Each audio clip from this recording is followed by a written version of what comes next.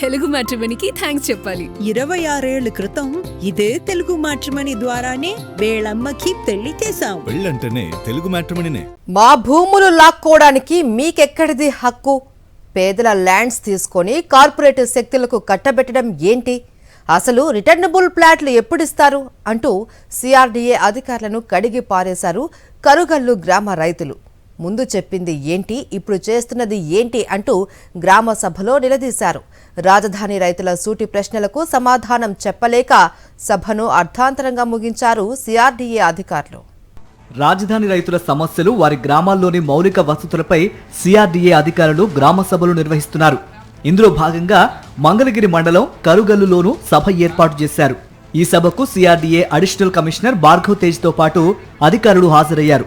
రాజధానికి భూములు తీసుకునే సమయంలో గ్రామ అవసరాలకు కొంతమేర భూములు వదిలేస్తామని చెప్పి ఇప్పుడు మొత్తం తీసుకోవడానికి ప్రభుత్వం ప్రయత్నిస్తోందని గ్రామస్తులు మండిపడ్డారు. తమ భూములు తీసుకుని 11 ఏళ్లవుతున్నా ఇప్పటి వరకు సమస్యలు ఎందుకు తీర్చలేదని నిలదీశారు. తమకు అభివృద్ధి చేసిన ప్లాట్లు ఎందుకు ఇవ్వలేదని సిఆర్డీఏ అడిషనల్ కమిషనర్ను కొందరు రైతులు ప్రశ్నించారు. అంతర్జాతీయ స్థాయిలో డెవలప్ చేసిన ప్లాట్లు ఇస్తామని చెప్పి ఇప్పటి వరకు ఎన్నిచ్చారని నిలదీశారు. కూటమి సర్కార్ ప్రైవేటు పెట్టుబడిదారులకు ఇచ్చే ప్రాధాన్యత భూములిచ్చిన రైతులకు ఇవ్వటం లేదని ఆవేదన వ్యక్తం చేశారు. తాము ఎలా బతకాలని, తమ పిల్లల్ని ఎలా చదివించుకోవాలని వాపోయారు. తమ దగ్గర భూములు తీసుకుని ఎస్ఆర్ఎం, విట్, అమృత కాలేజీలకు ప్రభుత్వం భూములు అమ్ముకుందని నిప్పులు చెరిగారు. ప్రైవేటు సంస్థలు ఆ భూముల పత్రాలు బ్యాంకుల్లో పెట్టుకుని డబ్బులు తీసుకుని వ్యాపారాలు చేస్తున్నాయన్నారు రైతులు. భూ సమీకరణ పేరుతో రైతుల్ని అధికారులు ఇబ్బంది పెట్టడం సరికాదని మండిపడ్డారు.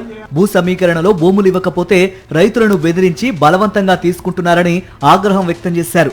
ఇప్పటికైనా తమకు న్యాయం చేయాలని విజ్ఞప్తి చేశారు రైతులు.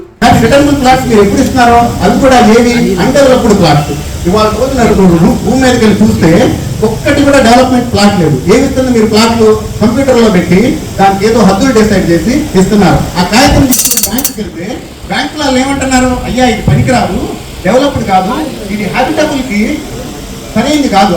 మీకు చేతులు మారి నిజమైన భూములు ఇచ్చిన రైతులు ఎవరు, రైతుల దగ్గర కొని ఇచ్చిన భూములు ఎవరు? అది చేస్తే 90% మంది రైతులు భయపడి అమ్ముకుంటే వాళ్ళ అవసరాల వల్ల ఎవరు రైతులు నిలబడలేరు. మేము ఈ రోజు మాకేం ఉద్యోగాలు లేవు, అదే భూమి మీద మీరు బతకాలి, వ్యవసాయం చేసుకొని బతకాలి.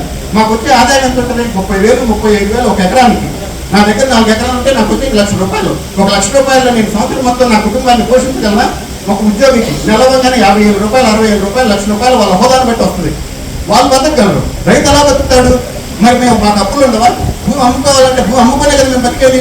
ఈ 12 సంవత్సరాల నుంచి అమ్ముకున్న రైతులు మొత్తం కూలింగ్లో వచ్చేసి ఆ కొనుక్కున్నాళ్ళు కూలింగ్ ఇచ్చి అట్లా మాకు స్వచ్ఛందంగా ఇచ్చారని చెప్పుకోవడం ఎంతవరకు న్యాయం అయింది? ఇప్పుడు మీరేమంటున్నారో మొత్తం వచ్చేసింది కాబట్టి ఇక మీకు కొంతమంది మాత్రం ఏదో 4%, 5% మిగిలారు కాబట్టి వాళ్ళు మాకు ఇచ్చేయాలి, లేకపోతే మేము లాక్కుంటాం అంటున్నారు. ఒకవైపు కూలింగ్, ఇంకొక వైపు సేకరణ, 2 పెద్దాలు. మీరు ప్రభుత్వం అధికారం ఉందని చెప్పేసి నడుపుతా ప్రజలను భయభ్రాంతులు చేస్తా, రైతులను భయభ్రాంతులు చేస్తా, ఇంకొక దారి లేకుండా తీసుకోవడం ఏ విధంగా న్యాయం అయింది? ఇది కదా మేము అడుగుతుంది. దానికి సరైన సమాధానం చెప్పలేదు కదా మీరు. రాజధానికి తాము భూములు ఇవ్వలేదని నవీన్ అనే రైతు అధికారుల దృష్టికి తీసుకెళ్లారు. కానీ తాను సాగు చేస్తున్న పంటను అధికారులు ప్రొక్లైన్లతో ధ్వంసం చేసి భూమిలో పెద్ద పెద్ద గుంతలు తవ్వారని ఆవేదన వ్యక్తం చేశారు. దీనిని ఎన్నిసార్లు అధికారుల దృష్టికి తీసుకెళ్లినా సమస్య పరిష్కారం కావట్లేదని లబోదిబోమన్నారు. నా భూమి వ్యవసాయం చేసుకోకుండా నన్ను నా భూమిలో కూడా వ్యవసాయం చేయాలంటే నేను ట్రాక్టర్లో తీసుకెళ్ళలేని పరిస్థితి. అక్కడ 20 అడుగులు 10 అడుగులు హైట్ ఉంది. వడవ చేయగా 7 అడుగులకి దాన్ని కొంత ట్రక్గా కలిగేశారు. ఒకే భూమి 30 ఎకరం 7 అడుగులు ఉంది, 10 ఎకరం 0 అడుగుల్లో ఉంది. అసలు భూమిలో రేపు విత్తనం వేసినా కూడా ఆ మొక్క బతకదు.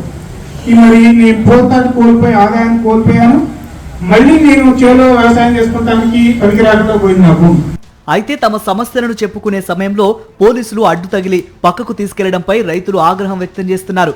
తమ గొంతు నొక్కేసే ప్రయత్నం చేస్తున్నారని మండిపడ్డారు.